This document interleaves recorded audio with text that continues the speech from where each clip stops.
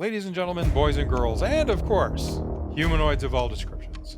If you're returning to the Marksmanship series, welcome back.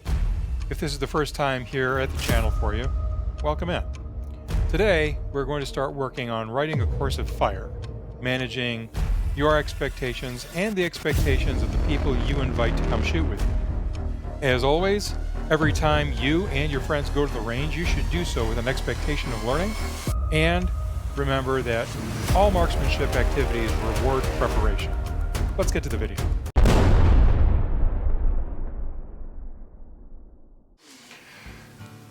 Hey everyone, Cap here. Welcome back to the gun room. This month, got my outline. We're going to talk a little bit about hosting your first shoot and writing a course of fire.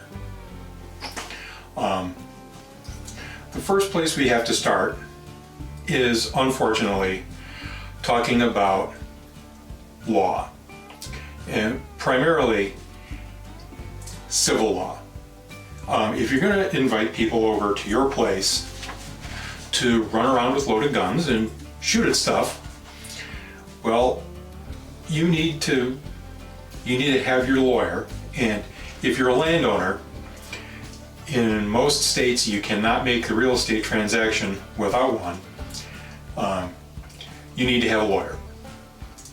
So go to your attorney and have him or her, or whatever you have, draw up a hold harmless agreement.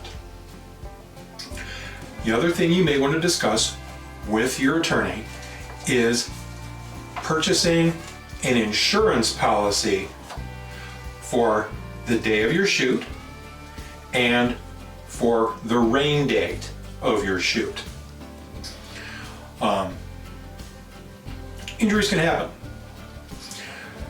You can have somebody just twist an ankle, fall, break a hand, break an arm, whatever.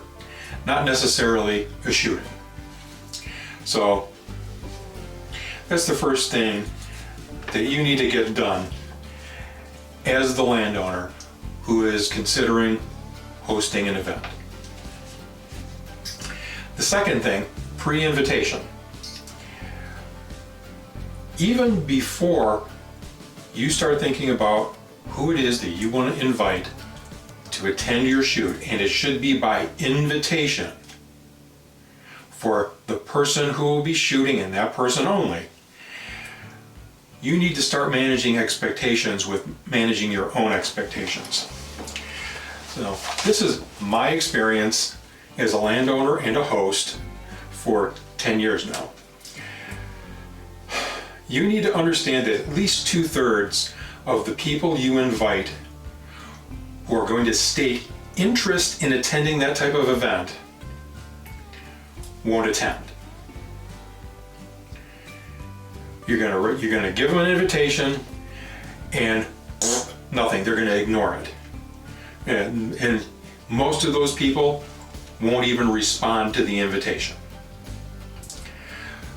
If you invite 18 people, if you're lucky, you're gonna get 6. My first shoot that I hosted, I was lucky and I got 4. And you know what? If you've never hosted an event, you've never run a range for a police department, a Department of Corrections, or in the military, 4 is enough. You're going to experience hiccups and issues with equipment and procedures. Those people who will attend, and the 4 people who did attend my first shoot, were people that I was very close with, and they were able to give me constructive criticism without being nasty. And so the first shoot, I intended to start at 10 and we didn't get started until almost noon. But make sure you manage your expectations as the host. Secondly, those people who get invited, you have to manage their expectations as well. They have to know what to expect. Can I show up with a loaded gun, get out of my car or my truck, and just start banging away? What are we doing? What kind of targets are we going to have? Is there going to be movement? Will there be anything physical involved? You have to make sure they understand exactly what it is you're inviting them to do. And they have to understand exactly what it is you don't want them to do. Because after all, they're at your place. So, covered that. We kind of already covered number 3 here. They're talking about people who give constructive feedback regarding your range, your invitees. And again, you're going to look for people who will help you by giving feedback on your preparation of whatever you're going to use as your range, how well you managed your guests, and the course of fire. You may know a lot of people, and your attendees may want to attend a competition. You may also be talking to people without realizing it that they're not interested in a competition. They're intimidated by a competition. They just want a place. They want to be invited to go and have fun. And you can disguise training as fun. It's not that difficult. So make sure you know what kind of course of fire they're interested in, and make sure they understand the course of fire that they're being invited to participate in. Next, let's clear all this stuff away and talk about the things you're going to need. All right. The next thing you should do, once you have determined that you have willing participants who actually are going to participate, and you've made appropriate legal arrangements, is get a binder.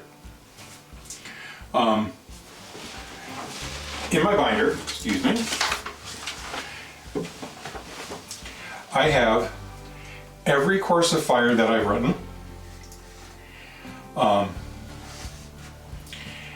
have all of the receipts from stuff that I've purchased specifically for my shoots. And I have a list of who I've invited and who doesn't bother to attend.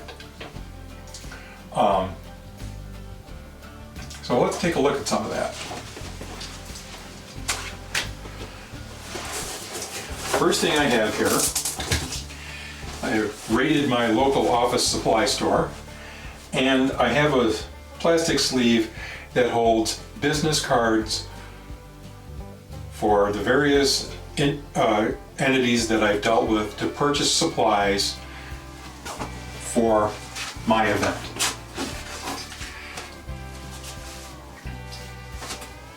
Legal pad, or the remains of one,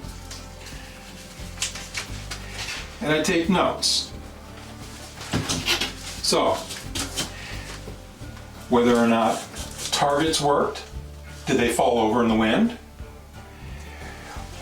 Did I have batteries for my drill all charged up like I needed them? First time, man, I was a soup sandwich the first time I ran a range on my property as a civilian. As you begin to accumulate supplies to host your shoot, you may or may not own steel targets. Steel targets have their place, and so do paper targets. It may be easier for you to start with paper, especially if you don't know if you have a good base of people to be participating in this.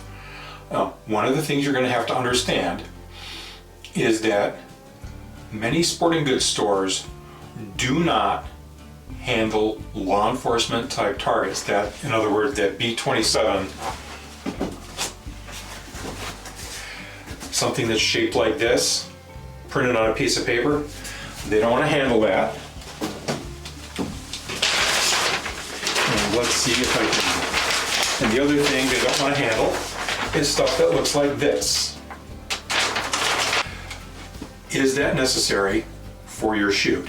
And the answer is, unless you're hosting people who are professionals who carry guns for a living, the answer is probably no. The answer is probably no. Various bullseyes, that's a good move. And the other thing that could be a good move is to get pieces of, why do I not have words? Either thin, like sand ply, with really thin plywood, or masonite, and hot glue clay pigeons. Just a little spot of hot glue at the top. Glue clay pigeons like shotgun type targets at the top of them. Those make good targets, and they're cheap.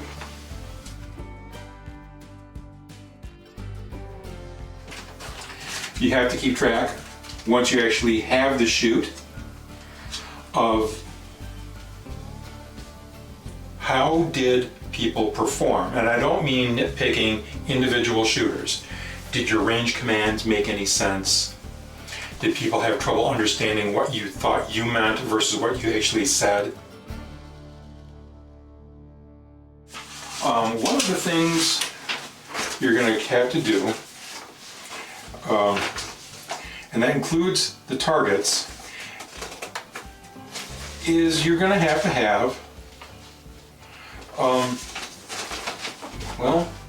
you're going to have this. And now that I've done it, all of you drink water.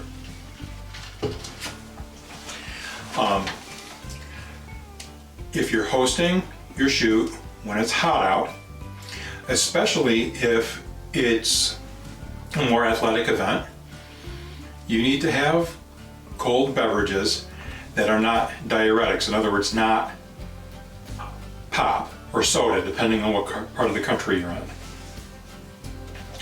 We covered that briefly. How many people can you safely host? I am going to suggest to you, again, you invite maybe 18 people, hoping to have 4 to 6 people show. Having 4 to 6 people who are invested in what you're trying to do, especially if they have plenty of experience with guns, is going to help you be a better host in the future. And once you're a better host, they'll talk up your event, and it'll be easier for you to get other good participants. Once you start having, let me restate it. Once you've had your shoot for a couple of years, you may want to have people start moving during various stages. And so if people have to shoot or negotiate through props or obstacles, you have to make serious consideration as to whether or not those objects pose some sort of a safety hazard. The next thing is an administrative thing within the shoot itself. As you have various stages, will each person shoot the entire course, going from one stage to the next stage to the next stage, or will everybody line up at stage 1 and everybody shoots stage 1, then everybody shoots stage 2, like as a squad? That may matter down the road if you begin hosting a larger event. But for 4 people, may not be so important, but you need to have that discussion. Perhaps have that discussion with them when they arrive.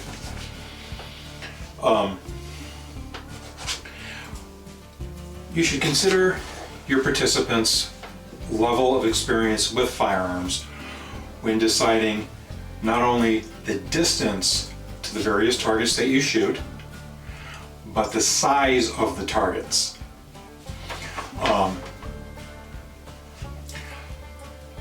If the course of fire kicks your ass, you're not going to have fun.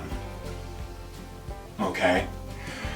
If it's not fun in some way, shape, or form, well, your friend Biff that you invite, he could be at home on the couch with his wife or playing with his kids, or he could be sitting there with his hand in his pants watching Predator instead of having a miserable time at your place. So think about that fairly carefully. Number 11, your range instructions.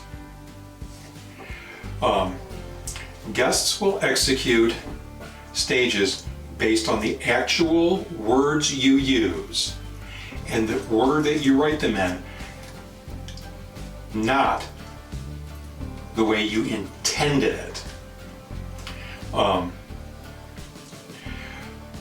In order to make your instructions actually clear and accurate, you're going to have to walk through the range commands, and that's where a blue gun may come in handy. Instead of waving an actual firearm around in, say, your living room or your basement, a blue gun, an old cap gun, a banana, or just your finger may be an appropriate tool to help you work out the verbiage that you use when you write your course of fire. If your range commands and the expectations they generate are unclear, that's a good way to have people not want to return to your place to have a shoot. Again, back to this, water. I have a pop-up shelter. Under the pop-up shelter, there's an igloo cooler that's iced down, full of bottled water and Gatorade. There's a 5-gallon igloo cooler, full of water and ice. The other things you need to have on hand: extra eye and ear protection. If you reference back to my video about what I keep in my range bag,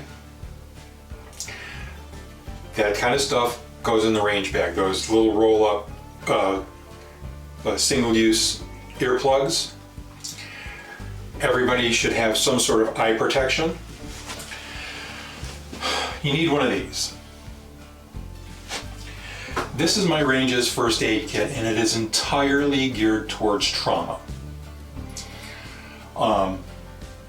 It's not something that we like to think about, but bullets are designed to poke holes in things. So on the inside of this, on the inside of the lid, I have a scripted phone call to our local 911 center. If you are doing the first aid, or you are the one who has the incident, who is the subject of the incident, do any of your guests off the top of their head know your address? So I have an entire script for the 911 operator. It states that we have a medical emergency at my address, my town.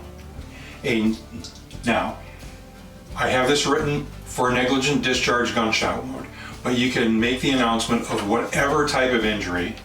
So it says a negligent discharge gunshot wound to blank, the body part. First aid has been initiated. I need EMS to transport and patrol to take a report. All firearms have been secured. If you tell the dispatcher that all firearms are secured, when the ambulance and patrol arrives, they had better be that way. If you just make your 911 call and you say, oh my God, I'm at this address and Biff's been shot, instead of getting an ambulance, you're going to get every cop in the area. They're going to be full of adrenaline. They're going to show up with long guns, and you're not going to get the ambulance. The ambulance is going to be staged 1.5 miles or 2 miles away, waiting for the police to tell them that they can approach the scene. Now, do I have some Band-Aids? Yeah, I've got some Band-Aids. But the Band-Aids are not primary importance, because it's not a boo-boo kit. It's an oh my god kit. I have EMT shears. As much as emergency department personnel hate Quick Clot, I've got Quick Clot. Got gauze pads.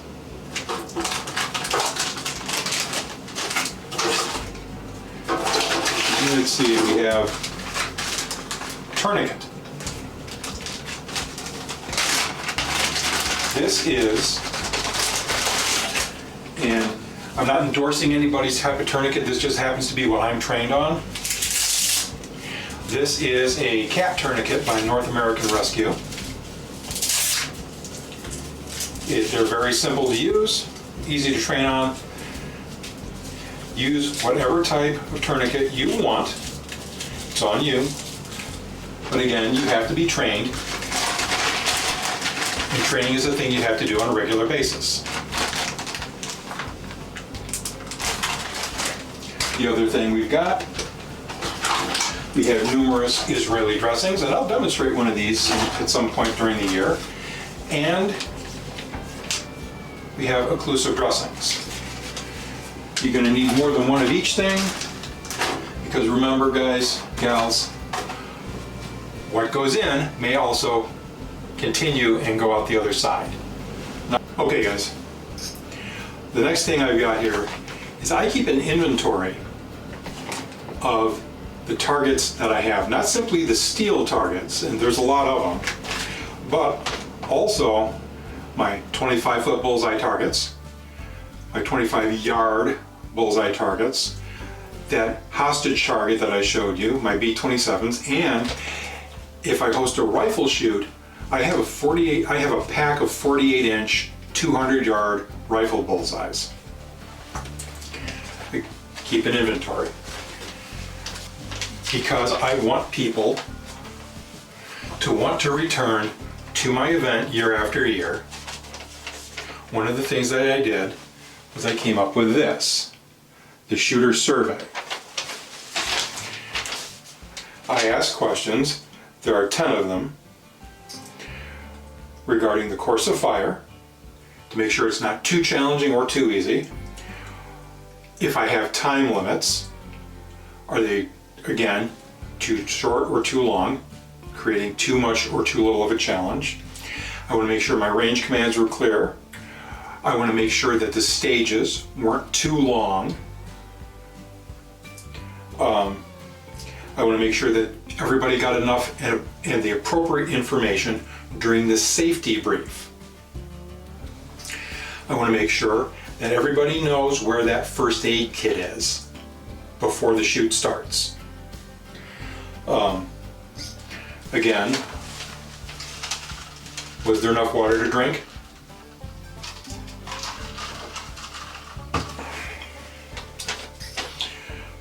I want to make sure that as the range officer, did everybody know where I was while they were shooting? Because I'm in proximity to them, so that's going to relate to their safety and mine. If you're doing scoring, if you're really hosting a match, did they understand the scoring? I need to know if they received their invitation far enough in advance. And then finally, you have to make it so that they can feel free to place constructive comments in the back. You make copies of these. You don't want names. You don't want, if you're doing this as part of your job at a PD or a jail or someplace, you don't want their radio or badge numbers. Just blanket, and you can figure out what you needed to change, if anything. The other thing, I've got a pre-shoot checklist, which again relates to those items that were on the shooter survey. Did I have targets? Did I have when I was doing paper, that I have all the batteries in my drill charged up so that I could put the targets together.